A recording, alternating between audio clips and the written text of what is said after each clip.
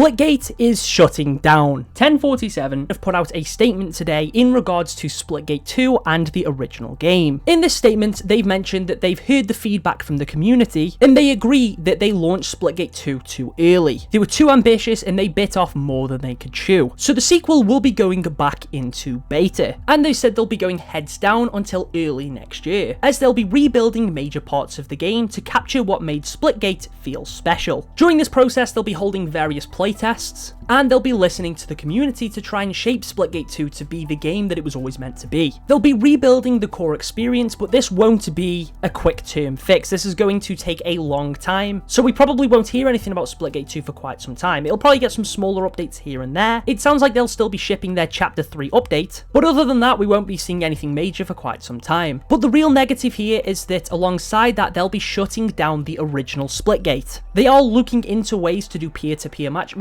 which would be cool, but the actual online service for that game will be going down and you won't be able to play it anymore. Which sucks, especially if you're someone that spent a lot of money on the first game. You will pretty much lose access to everything unless they do find some way to do peer-to-peer, which at least in that case the game will still be somewhat playable. Either way though, this is a real shame. I really enjoyed the first Splitgate and I was excited for the sequel, but it definitely left me feeling disappointed. Splitgate 1 was always described as Halo meets Portal, and that's all it ever needed to be. Its premise was simple and its gameplay was fun. It was accessible, and it had its console launch at the right time. It came out just a little bit before Halo Infinite, so while everyone was excited for the new Halo game, they checked out Splitgate and that launched the game into popularity. Of course, once Infinite had released, Splitgate slowed down a little, but at that point 1037 had committed themselves to working on their next project, which ended up being Splitgate 2. And I think really Splitgate 2's main issue, alongside launching without some core features, and of course the terrible marketing the game had, was that the game had a bit of an identity crisis. It tried to appeal to everyone and in the process appealed to no one. They hyped up the big reveal they were going to have at Game Fest. A lot of people were hoping this was going to be a campaign, and then they came out and announced the Battle Royale. I do wish 1047 the best, and I hope they can turn this around. As an aspiring games designer who's studying games development at university, it really sucks to see a game fail. I really wanted to like Splitgate 2, but it just wasn't for me, so here's to hoping that they can turn this around and make the game much better. But what are your thoughts?